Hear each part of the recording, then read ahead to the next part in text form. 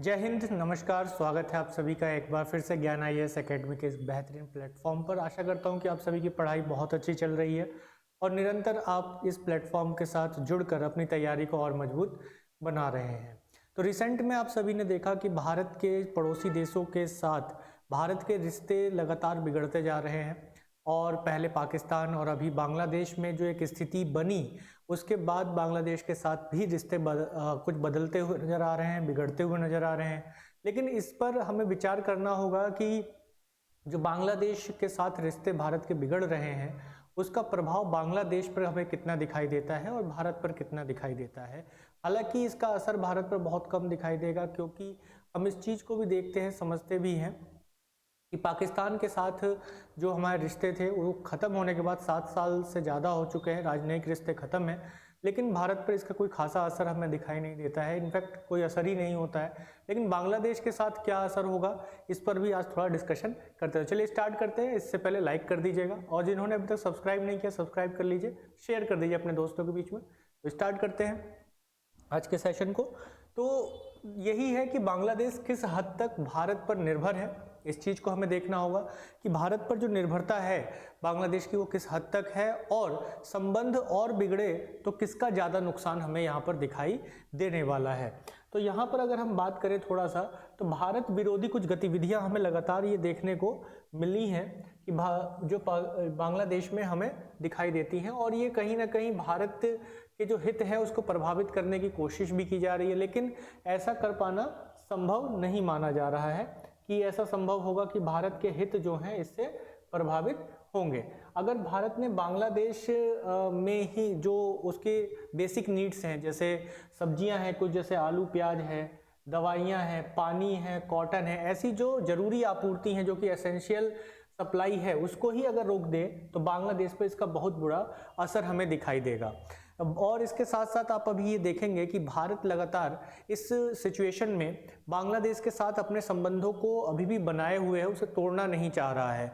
इसके पीछे का कारण ऐतिहासिक कारण है। हम सभी जानते हैं कि 1971 का जो इंडो पाक वॉर हुआ था, उसमें बांग्लादेश मुक्ति युद्ध के नाम से जाना जाता है, और उसमें बांग्लादेश एक अलग देश के रूप में बना, जो कि पहले पूर्वी पाकिस्तान हुआ करता था। लेकिन अभी अगर हम देखें तो भारत ने बांग्लादेश के संबंध जो है अभी नहीं तोड़े हैं। क्यों? क्योंकि इसका संबंध ऐतिहासिक रहा है और एक अच्छे पड़ोसी के रूप में बांग्लादेश जब से उसका निर्माण हुआ है एक देश के रूप में, तब से बना रहा है। लेकिन अभी की जो गतिविधियां हैं, लगातार भारत के विरोध में एक बांग्लादेश का एक हिस्सा, एक छोटा हिस्सा लगातार विरोध प्रदर्शन कर रहा है, और बांग्लादेश में जो माइनॉरिटी कम्युनिटी है, ठीक है, उस पर हिंसा भी देखने को मिल रही है। लेकिन इससे अलग हटकर जो एक इम्पॉर्टेंट फैक्टर है वो है आर्थिक कारण।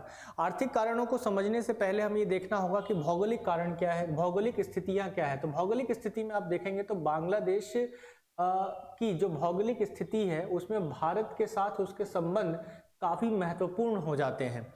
क्यों महत्वपूर्ण हो जाते हैं? क्योंकि बांग्लादेश को इंडिया लॉक्ड देश के रूप में जाना जाता है, इंडिया लॉक्ड देश कहा जाता है। क्यों कहा जाता है?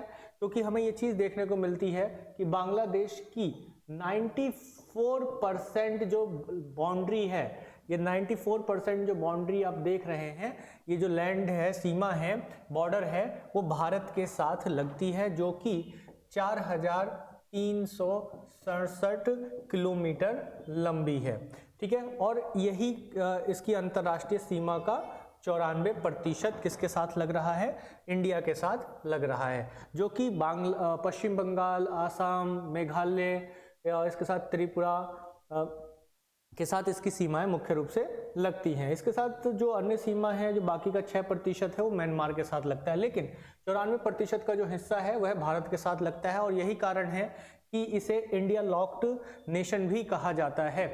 और यहाँ पर अगर आप देखेंगे तो किस हद तक निर्भरता हो सकती है, तो निर्भरता कुछ ये है कि पीने का भी पानी की साझेदारी, यानी कि आप कुछ नदियों को देखेंगे, वो नदियाँ जो कि मुख्य रूप से भारत से कहाँ जाती हैं? बांग्लादेश में जाती हैं, उसकी साझेदारी सीमा से होने वाले कारोबार की साझेदारी और इसके साथ साथ जो रिफ्यूजीज़ हैं, रिफ्यूजीज़ के जो मुद्दे हैं उस पर भी यहाँ पर हमें साझेदारी देखने के लिए मिलती हैं। तो साझी भौगोलिक स्थिति के कारण आप देखेंगे कि दोनों देशों के साथ जो मुद्दे जुड़े रहेंगे, काफ़ी बड़े मुद्दे जुड़े रहेंगे। बांग्लादेश चावल हो, गेहूँ हो और कॉटन हो, अनाज हो, रिफाइंड हो, पेट्रोलियम, इलेक्ट्रिक उपकरण, प्लास्टिक, इन सभी चीज़ों के लिए, स्टील तक के लिए भारत पर निर्भर करता है।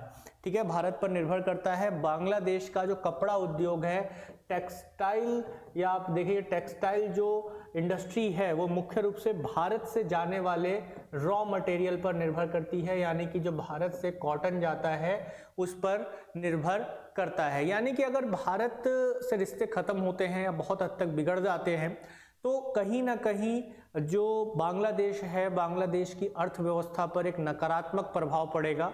और आप अगर देखेंगे ऐसा कि ऐसा क्या पहले भी था कि केवल और केवल बांग्लादेश भारत से ही व्यापार करता था, तो ऐसा नहीं है। चाइना के साथ भी व्यापार होता था, लेकिन जो शेख हसीना उस समय प्रधानमंत्री थी तो उन्होंने भारत और चाइना के साथ के जो बैलेंस है, रिश्ते हैं, उनको बैलेंस करके रखा हुआ था। आप देखेंगे कि डिफेंस एग्रीमेंट हुआ, पर डिफेंस एग्रीमेंट है किसके साथ? चाइना के साथ ऑलरेडी। तो यहाँ पर आप देखेंगे कि लगातार भारत और जो बांग्लादेश है उसके बीच में एक्सपोर्ट लगातार होता रहा है। एक्सपोर्ट का अगर आप देखेंगे तो 2021-22 तक 199 मिलियन यूएस डॉलर का व्यापार हुआ है, एक्सपोर्ट हुआ था। इसी के साथ अगर आप देखेंगे तो भारत में बांग्लादेश का संबंध और बिगड़ता है तो उसका निर्यात पर प्रभाव पड़ेगा, सीधी सी बात है। बांग्लादेश के एक्सपोर्ट पर निर्भर करेगा, प्रभावित होगा, उसके पर नेगेटिव इम्पैक्ट पड़ेगा। अब सीधी सी बात है, जब बांग्लादेश से जो प्रोडक्शन वहाँ हो रहा है वो प्रोडक्शन अगर एक्सपोर्ट नहीं होगा, भारत में नहीं आएगा, खासतौर पे भारत मुख्य रूप से इसका साझेदार है, तो क्या होगा कि वहाँ पर प्रोडक्शन नहीं होगा, और प्रोडक्शन नहीं होगा तो जीडीपी पर उसका नेगेटिव इम्पैक्ट पड़ेगा। अगर आप यहाँ पर देखेंगे तो शेख हसीना के समय में बांग्लादेश की जो जीडीपी है 2009 से अब तक वो प्रधानमंत्री रही थी, इन वर्षों में बांग्लादेश की जीडीपी 6% से अधिक की दर से विकास किया था, और इसके साथ साथ प्रति व्यक्ति जो जीडीपी है वह 2024 डॉलर के आसपास वहां पर हो गई थी। यानी कि भारत से अच्छी गति पकड़ लिया था बांग्लादेश ने, लेकिन अभी की जो स्थिति है, इस स्थिति ने बांग्लादेश में जो जीडीपी है, प्रोडक्शन है, उसको नीचे डाउन करेगा। तो इसके साथ आप देखेंगे तो क्या होगा, जीडीपी पर इसका असर पड़ेगा, महंगाई के साथ साथ बेरोजगारी भी बढ़ेगी। और यहाँ पर जो ये स्थिति आप देखेंगे कि महंगाई के साथ बेरोजगारी बढ़ेगी तो ये स्टैगफ्लेशन की कंडीशन को उत्पन्न करेगा, और ये जो स्थिति होगी ये किसी भी अर्थव्यवस्था के लिए सबसे हानिकारक स्थितियों में से एक माना जाता है। तो बांग्लादेश दक्षिण एशिया में अगर हम बात करें तो भारत का सबसे बड़ा कारोबारी साझेदार रहा है, और इसके साथ साथ भारत एशिया में बांग्लादेश का दूसरा सबसे बड़ा ट्रेड पार्टनर रहा है, इसी के साथ अगर आप देखेंगे तो क्या भारत की जगह कोई और दूसरा देश ले सकता है? तो यहाँ अगर आप देखेंगे तो पाकिस्तान के साथ वर्तमान में काफ़ी नज़दीकियाँ बढ़ी हैं बांग्लादेश की, क्योंकि अभी आपने देखा होगा कि 1971 के बांग्लादेश मुक्ति युद्ध के बाद से पहली बार ऐसा हुआ है कि डायरेक्ट कराची पोर्ट से चटगांव पोर्ट तक, डायरेक्ट कराची पोर्ट से चटगांव पोर्ट तक आप देखेंगे कि सी रूट के माध्यम से कोई शिप पहुंचा है। नहीं तो पहले सिंगापुर या फिर आप देखेंगे कि श्रीलंका के माध्यम से कोई भी पोर्ट जो है, कोई भी शिप जो है वो कहाँ जाता था? बांग्लादेश जाता था। लेकिन ये पहली बार ऐसा हुआ है कि पाकिस्तान के कराची पोर्ट से सीधे चटगांव पोर्ट में, ठीक है, चटगांव पोर्ट में आप देखेंगे यहाँ पर जो है वहाँ डायरेक्ट कोई शिप पाकिस्तान का पहुँचा है। कब से? 1971 के बाद से, जब से पूर्वी पाकिस्तान आज़ाद होकर पश्चिमी पाकिस्तान से बांग्लादेश बना, तब से लेकर अब तक पहली बार ऐसा हुआ है। तो ये कहीं ना कहीं पाकिस्तान और बांग्लादेश की नज़दीकियों को दर्शा रहा है। वहीं एक अच्छे निवेशक के रूप में चीन यहाँ पर उभर कर आएगा बांग्लादेश के लिए, लेकिन कहीं ना कहीं भारत का स्थान इन दोनों देशों में से कोई भी नहीं ले सकता है। क्योंकि इसका कारण क्या है? इसका कारण यदि आप फिर से भौगोलिक स्थिति को देखेंगे, ठीक है, इस भौगोलिक स्थिति को देखेंगे तो मुख्य रूप से जो इंडिया लॉक्ड नेशन होने के कारण जो सामान, जो वस्तुएं आसानी से कम ट्रांसपोर्टेशन में, कम ट्रांसपोर्टेशन प्राइस में सीधे ढाका पहुंच जाया करती थी या फिर बांग्लादेश के अन्य जगहों में पहुंच जाया करती थी कम प्राइस में, वो अब महंगी हो जाएंगी। क्यों? क्योंकि चाइना से किसी सामान का आना या पाकिस्तान से सामान, किसी वस्तु का आना इसके लिए महंगा साबित होगा। दूसरा, इसके साथ साथ हम देखेंगे कि बांग्लादेश पूरी तरीके से, बांग्लादेश में के जो जीडीपी है उसमें 11 से 14% तक का जो योगदान है वो टेक्सटाइल इंडस्ट्री का है। और अगर कॉटन का उत्पादन जो भारत में मुख्य रूप से हो रहा है और उसका निर्यात बांग्लादेश में नहीं होता है भारत से, तो उसकी ये इंडस्ट्री ठप हो जाएगी। और इस स्थिति में आप देखेंगे कि वहाँ का जो कॉटन, वहाँ का जो टेक्सटाइल या कपड़ा उद्योग है वो पूरी तरीके से ध्वस्त हो जाएगा। तो अर्थव्यवस्था पर एक बहुत बड़ी चोट लगेगी बांग्लादेश की।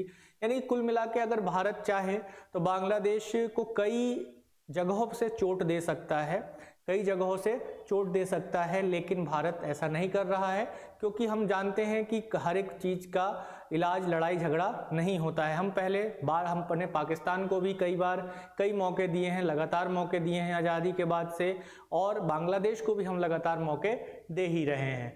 तो कहीं ना कहीं ये भी सुधार होगा और बांग्लादेश की जो गवर्नमेंट है, रिसेंट गवर्नमेंट है, आगे आने वाले समय में जो गवर्नमेंट बनेगी वो इस बात को समझेगी कि भारत का इम्पोर्टेंस बांग्लादेश के लिए किस हद तक है और भारत का स्थान कोई अन्य देश बांग्लादेश के लिए नहीं ले सकता है। तो चलिए मिलते हैं साथियों अगली वीडियो में इसी तरह के। ये वीडियो आप लोगों को कैसी लगी कमेंट करके जरूर बताएं और शेयर कर दें अपने साथियों में, ताकि वो सभी भी जुड़ सकें। और जिन्होंने अभी तक सब्सक्राइब नहीं किया है कृपया कर सब्सक्राइब कर दें और शेयर कर दें। जय हिंद।